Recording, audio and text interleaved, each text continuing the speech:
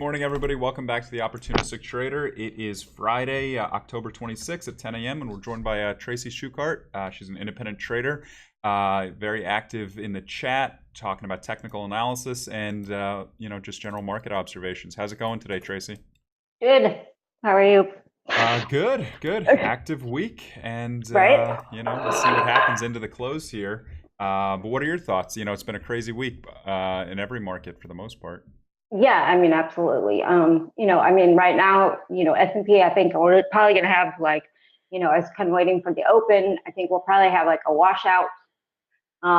Maybe, find some support in 2640 is kind of this value area low. And then we've got like a support around 2629. So 2640 to 2620. I kind of look to see if this is going to bounce or not. If not, it's a long way down to the next support at 2574 that I have. But I would think that area should bounce a bit. And then we have a lot to correct above. So I'm going to be watching that area carefully, but crazy days. I mean, yesterday we were 70 points up and 70 points down in less than 24 hours. So Yeah, well, it's interesting. Just in the past 30 minutes, initial observation is S&P is getting to yesterday's or the overnight lows, whereas Nasdaq is still up about 50 points from the 925. And so, initial jiggle of market change is S&P weaker, Nasdaq a touch stronger in the past hour, but obviously over. If you look at the day over day, Nasdaq's still weaker. But right. I mean, what's I your think that was thoughts? all I think that was all the Amazon buy the dippers. You know what I mean? On the open, not really, because it's most of that. I mean, that the whole indices is basically that stock. Bang, So, yeah, and you know, Amazon. so I mean, I think that's what happened on open. We had a huge squeeze. I think that, had to do with So, that so when you over. look at the chart with all this volatility, where are key levels that you're looking at now? So, I mean, right now, I've been posting charts. We had this area right here where we bounced, we broke. I sort of said I don't think it's going to hold again. So again, I'm looking for 2640, which is right here. This would be a value area low on the year. 2629 is somewhat of a support. So I would think this area 2640, 2620, we should maybe find a bounce there. If not, there's a lot of air below that till I have 2574. And so, would you be looking to possibly what would you I be don't. doing at I mean, 20 I at don't know. I mean, 2640s? I don't. I mean, I think you could probably try along, but I would do so, with pretty, you know, Yeah. tight stuff. I don't know if I'm not. I don't know if I personally have the guts to try to catch this knife. You know. Would it be the sort of thing So where if it gets there and trades there, that you watch it for a little bit, and if it kind of holds for a bit, then that gives you a little bit more confidence, opposed yeah, to then I would look at like a smaller time frame chart and see, where a pullback was and try to, get a pullback into the long, rather than trying to just get underneath the market right away. yeah. Yeah, as we speak, we're actually trading at the overnight low, or half a point off at 2646 in the S&P. Nasdaq is at 6809, and VIX is at 2668. What about oil? That has been a bit of a sideshow this week. Really has not moved around as much as, especially the equity market volatility. Right. But that said, we're just trading. I think we peaked up to $77 just like 2 weeks Yeah, I ago. mean, we've had a big move down. I think, a lot of that has to do with, I think, what we were seeing initially, and this move up was, Iran fears pricing in, things like that. OPEC came back into the market and said, don't worry about it. We've got enough. We'll pump it. They took off the quotas, things like that, and so the market calmed down. I think it's more. It's buy the rumors, sell the news, kind of. You know what I mean? So we had this whole fear. I mean, I think that whole up move was completely fear based and not fundamentally based whatsoever. And then sort of the market calmed down, and we're selling off here.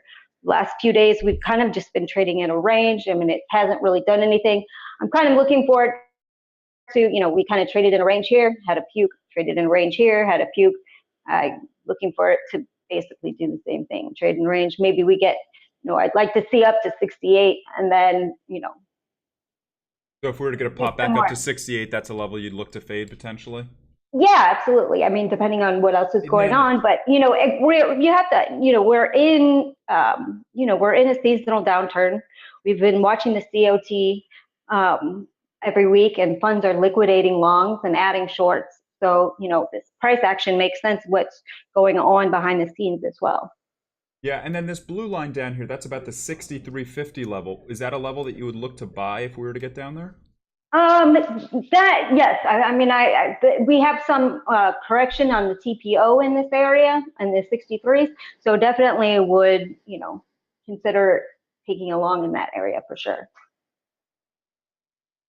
Yeah, it's been it's been an interesting ride right now in crude for the year, because year to date, crude's still having a very nice year. That said, we just have corrected about 15-ish%. Yeah, I mean, you have to start. We started at the beginning of the year at 58, so I mean, we're still well above where we started, even though we're 11% down from the highs. Yes. What about the dollar? It's been moving very slowly, but it is at the high of the year right here. Any thoughts there? And I know you Yeah, trade the euro, so any thoughts in that? yeah. I mean, I think that right now we just hit a trend line. I don't have a chart right now, but right now we just hitting up our trend line. So I would think around 96.7 area. So I want to see if it backs off there, but I don't know if that trend line is going to hold again. And with everything that's going on in Europe, I don't really see a real reason to get long the euro right now.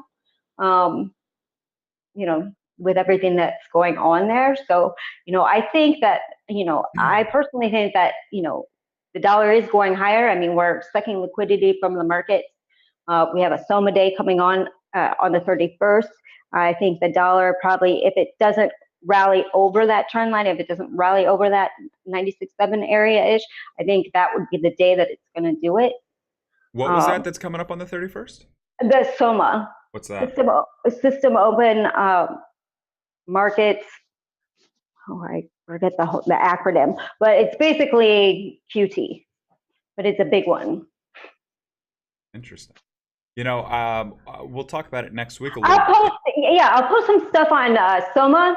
Nordea is really on top of that, and they have. I'll post the Soma days and the kind of the stats that go along with it. Like on a Soma day, generally the S&P is down a certain amount of percent, and the dollar is up a certain amount of percent. Yeah, that would be interesting to see. And they happen on the 15th and the 30th, or the 31st of every month.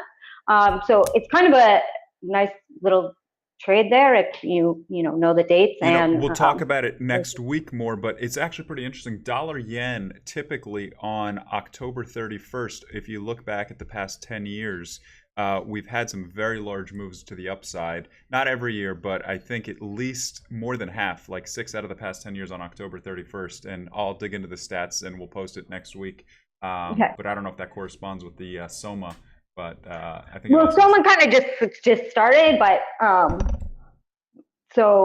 but I mean, I'll post some information on the site, and then next week, if you want, we can kind of go over the stats and everything before the 31st. Yeah, absolutely. So what are your thoughts going into the weekend? If we close around here in the S&P, how would you rather be positioned, on the long side, the short side, no position? I mean, if we close down here, I don't really want to, again, I don't, I'd rather be flat into the weekend. Who knows what could happen on the weekend, right?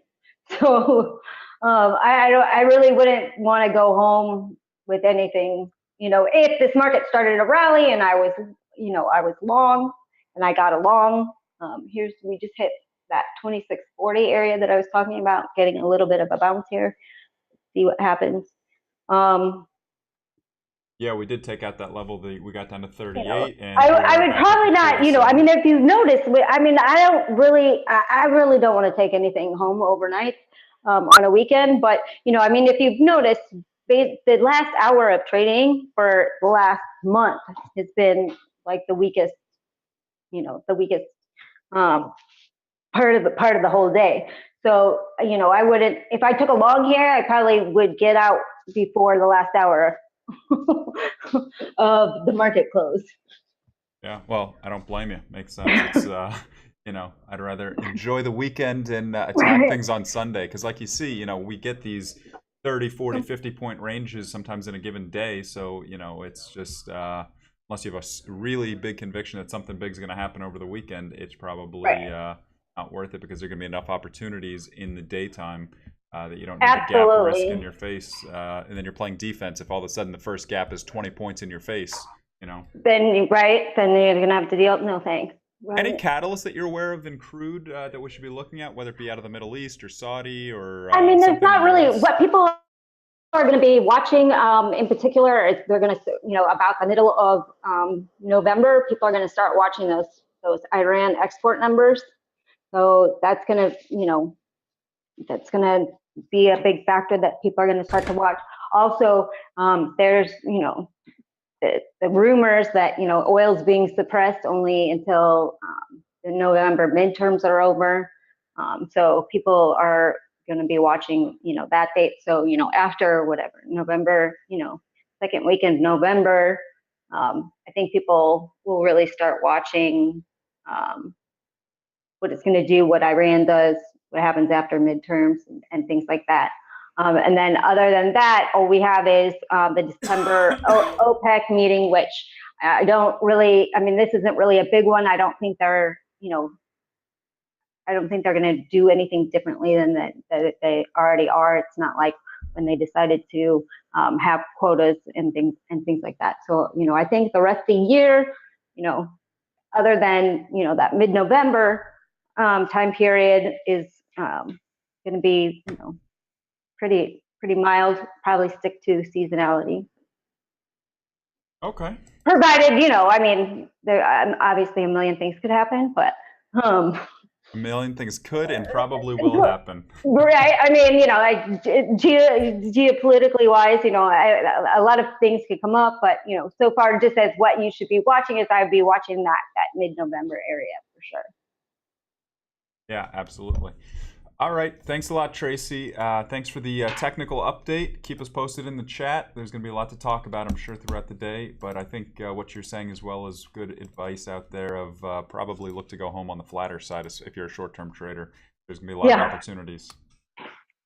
For sure. All right. We'll talk to you later. Thanks. All right. Thanks.